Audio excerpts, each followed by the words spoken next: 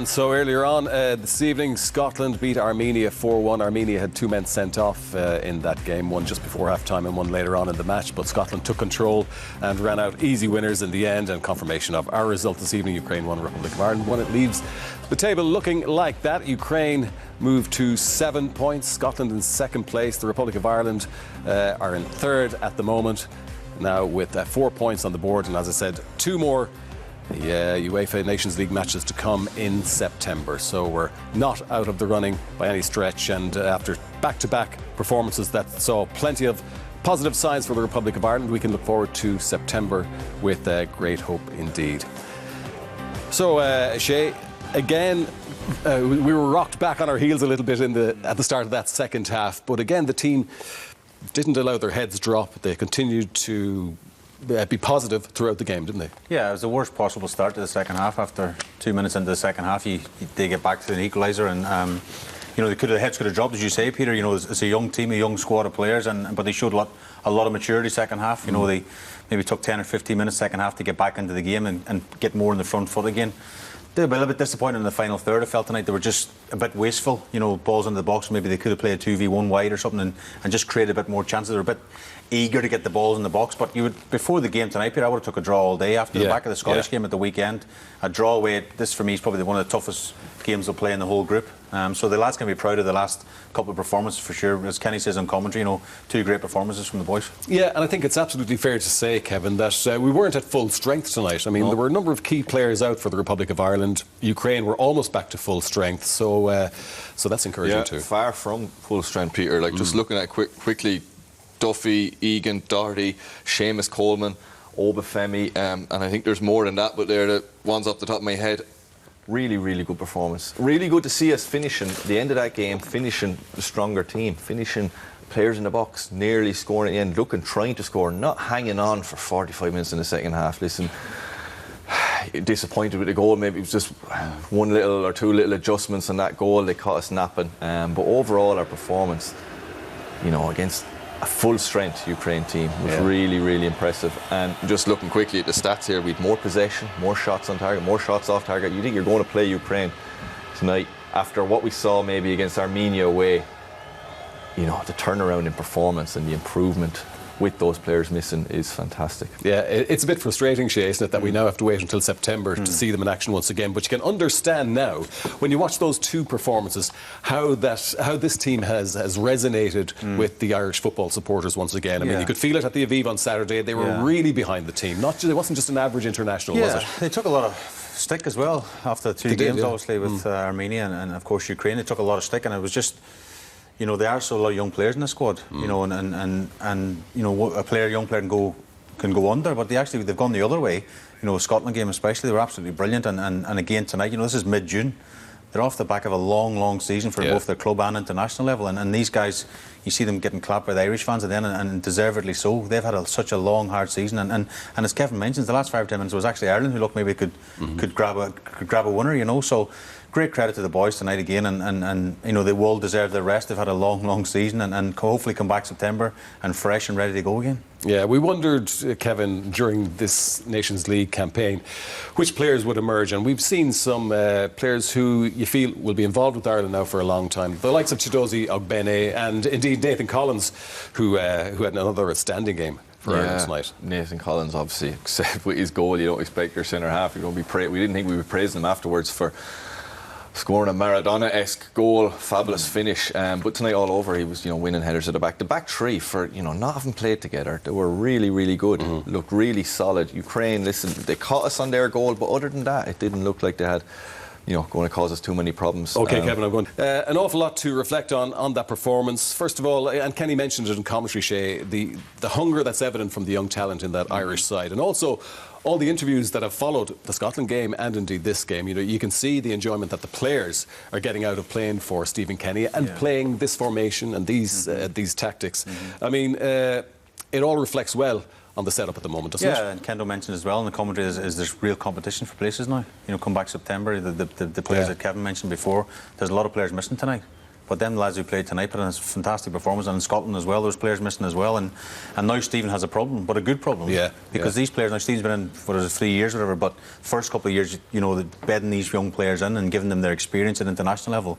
But now you can see, even when you make substitutions, they're not fazed by the situation. That's a huge game tonight away to Ukraine. Yeah. It's a tough game, but some young lads coming off the bench as well, and not fazed at all.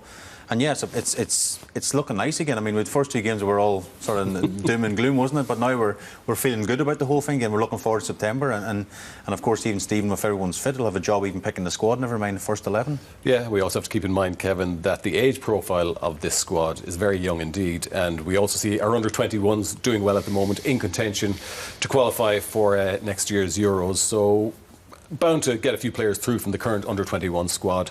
It augurs well for the future.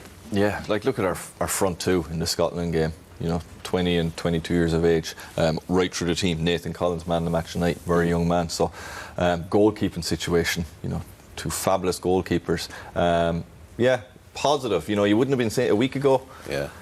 How we can be finishing tonight on a positive note. Summer off, brilliant for the squad of players, because, you know, in fairness to them, you listen to their interviews and you know, watching them, you know, as an ex-player watching them, whether they're believing in what the manager tells them or not, and you can tell that they've been enjoying playing under and believing what he says. So for them to get these 2 good results for them, for their careers, for them to be at home last week against Scotland, and then tonight to finish the season like that, really good. Going forward, gets themselves right back into the group now as well. You know, we thought that was over a week ago, and it's not now at all. During the early part of Stephen Kenny's tenure, we spoke an awful lot about the team being in transition, and that was very much the case. And the more he introduced the younger players, I suppose the longer it went on, and maybe too long for some people. But do you think that period of transition now, Shay, is reaching an end, and that we have very much an established squad now? Yeah, I think so. You know, I think there was a change in system and change in how we play and a change in how we build up through the different thirds in the pitch. Yeah. And I think that was needed, if I'm being honest. You know, I think we were too direct for too long. You know, it's all well and good playing the opposition half, but if you're giving the ball back all the time from long balls and second balls and stuff, you know, it's a bit of a battle. And I feel that with Stephen, the way he's changed the way we play, I do feel we keep more possession. And you know, Kevin mentioned about the stats again. The possession was better tonight. The possession, you know, in the last number of games has been better.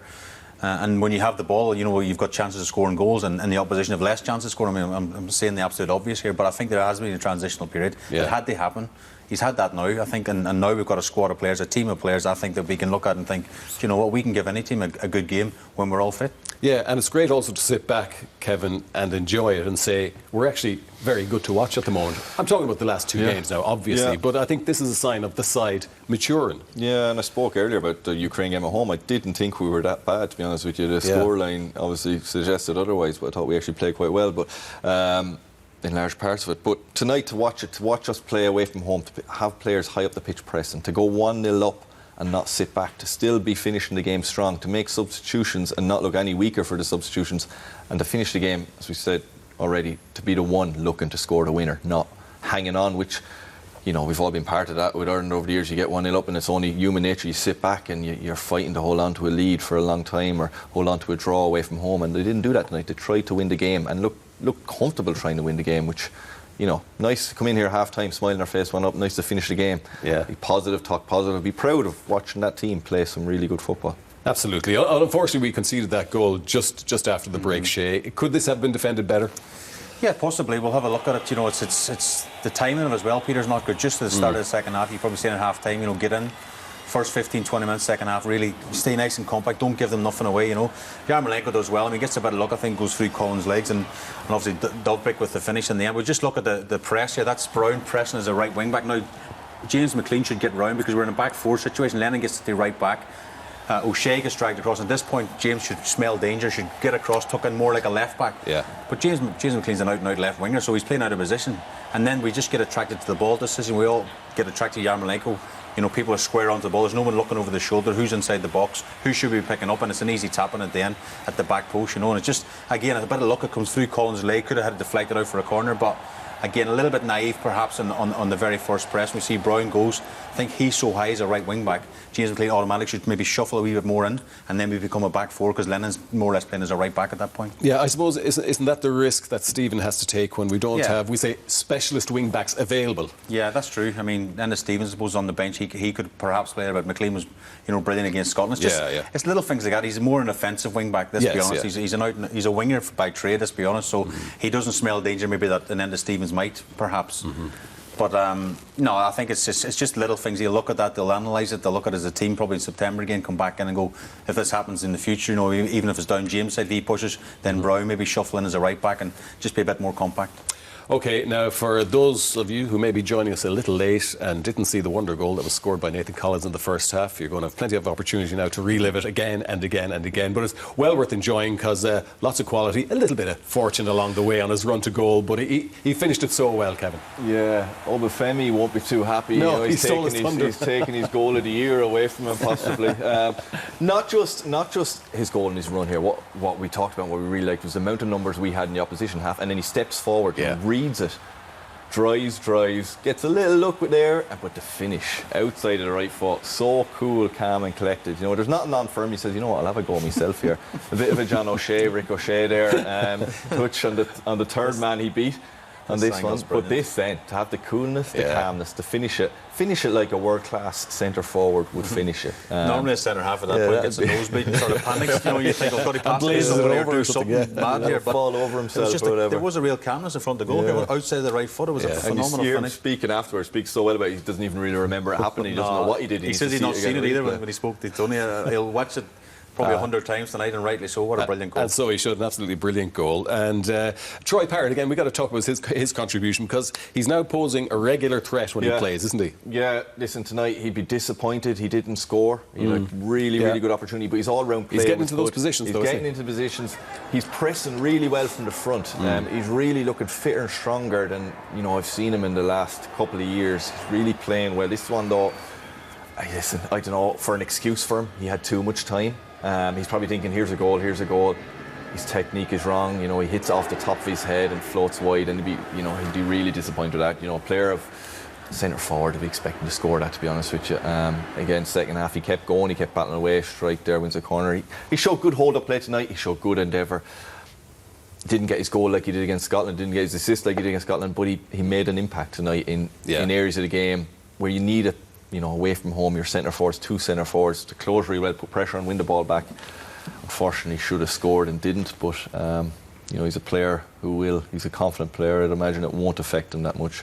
He'll be killing himself over it. But that's football. It was a Doyle-like header at the back. Yeah. Listen, when you have time like that and you see it coming for so long, listen, I should score this. That's going through your head, and sometimes that's the problem. If it comes instinctively, it's no problem to him. When he has to think about it, obviously he's fluffed his lines. Yeah. Why do you think somebody like Troy Parrott will complement the likes of Obafemi and possibly even Ogbene and anybody else that Stephen Kenny decides to deploy as the more advanced striker? Why will Parrott complement them so much, Shay, do you think? Well, it is refreshing. I know Kevin mentioned before the game tonight, it's refreshing to play two up top. Yeah. Because you feel sometimes if you play one up top, you're isolated and you go to press the centre half and he passes around you and the six drops in and you're like, you end up running in the end because you're just like, I'm playing for the EV1 here. It's pointless. But when you get that extra striker up, if we're pressing, obviously Stephen Kenny would have worked on it. We're pressing together. We can support each other. And of course, the goals will come. As you said, Peter, he's getting in the positions. Yeah. The goals will definitely follow. The biggest thing now for him, he has to go back to the club, obviously, to the pre-season. I know he's going back to Tottenham,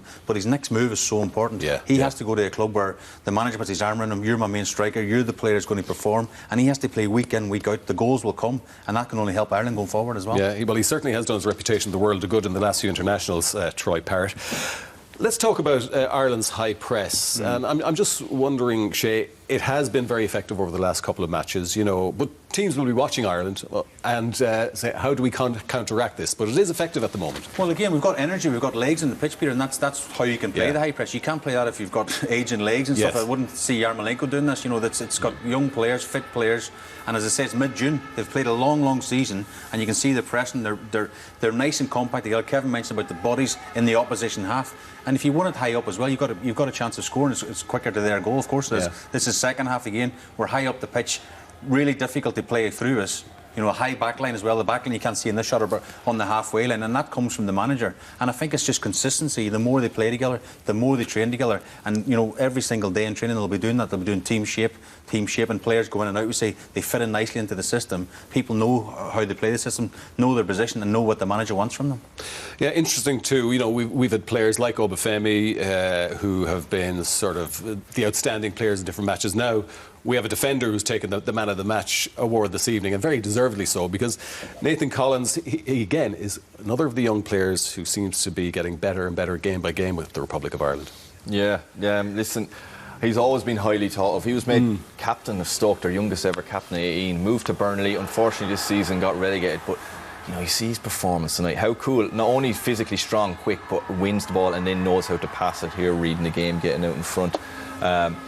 You'd wonder how, you know, you'd think he's going to be too good for the Championship. You know, would Burnley be able to hold on to him? They seem to be maybe in need of some money, if you're to read between the lines, their financial situation. You know, he'd be a fabulous player for a decent club in the Premier League. Young, hungry, quick enough, strong enough, good enough on the ball. You know, he's got everything. Comfortable, yeah. I mean, what it strikes me, even his interview, Peter, after, he was like, I just enjoy playing football, love playing football. And you can actually tell the performances. And he's a bit old school as well. You see some of the headers, you see some of the challenges. He likes the physical side, but then he likes to, he's calm on the ball. He plays, I mean, the goal's just phenomenal. He plays with maturity, you know, above his years. He's only 21 years away. He's got such a big future. I mean, my old teammate Vinny Company, he's just become the Burnley manager today. Will not thank me by saying, but I think, you know, he's good enough for he's good enough for a Premier League team. I think he's shown. And tonight's game, there'll be scouts, there'll be recruitment teams around the country in the Premier League looking at that performance and thinking he is good enough to still be in the Premier League. Yeah, I mean, and he's not the only one in that squad at the moment, Kevin, who you would suggest is probably playing below the standard that they can achieve. I mean, I'm thinking specifically of Chidozie Ogbene, who has to be a target for a Premier League side at some stage. They have to go back and do it at their club now. They've raised their game for Ireland. Can they repeat it at their club and do it over the course of a full season or two? Even going back to Troy Parrott, he needs to. What's he going to do in the summer? He needs to get out and play games. Caoimhín Kelleher in goal, fabulous goalkeeper. Yeah, but he needs to go play games. You know, it's for young players and loads of potential for us, for Irish fans, for watching it. You want them to all go out and play as much as possible next season. Try get to the Premier League. If not the Premier League, play as much as you can in the Championship. But bodes well for us. You're talking about the names and who's not there, and we've got this bunch of confident players. You wouldn't mind any of those starting in the next competitive game, even though we're going to have players come back and replace them. But yeah, getting game time for those young players is vital. You know, sitting on the bench is no good for them. They need to be out, need to be playing, need to be gaining confidence, fitness, strength, so when they come into these games they're able to replicate that. Yeah, I'm sure he feels a great deal of personal satisfaction, because when you think of it, Shay, he has taken a lot of risks as a manager, taking over the Irish team, and the changes, would it be too much to describe them as quite radical in terms of our approach to playing the game internationally? Radical, but I think, as I said before, I think it had to be done. You know, I think he's come in and it's a tough job to change how we play, you know, tactically and personnel as well. He's had to change a lot of players. And he's had a bit of stick. I mean, Kevin mentioned before about the Armenia game. That's probably why the stick came and the flack, because they lost the previous game before that to Norway 9-0. You see the game results, even Scotland today scored 4 past them. Yeah. That was the one that stood out. The result was like, that was a terrible result. And then, you know, people start making negative thoughts, you know. But if you look at the bigger picture, the job he's done is really positive. And I think we're starting to see really positive signs from the team. And of course, you know, from Stephen, you can see he's a bit disappointed after the game, but still he has to be happy with the last 2 games. Yeah, and we're finishing away to Scotland and finally at home to Armenia. So it'd be nice to get 2 wins from that, and that'll be the aspiration from this manager. Very possible. And it's delighted to see him actually a bit frustrated there. You know, we played really well, but we could have won the game, and it's great to see the manager not just, you know, been delighted, great performance. Yeah. You know, we gave it everything, however. He's frustrated and he's thinking how we can make it better the next time, how we can win the game the next time. And, you know, bring that confidence, that belief into Scotland. Were poor against us. And then Armenia to finish. Very possible to get 6 points from those 2 games. Yeah. Well, it's been an evening of football we certainly have enjoyed.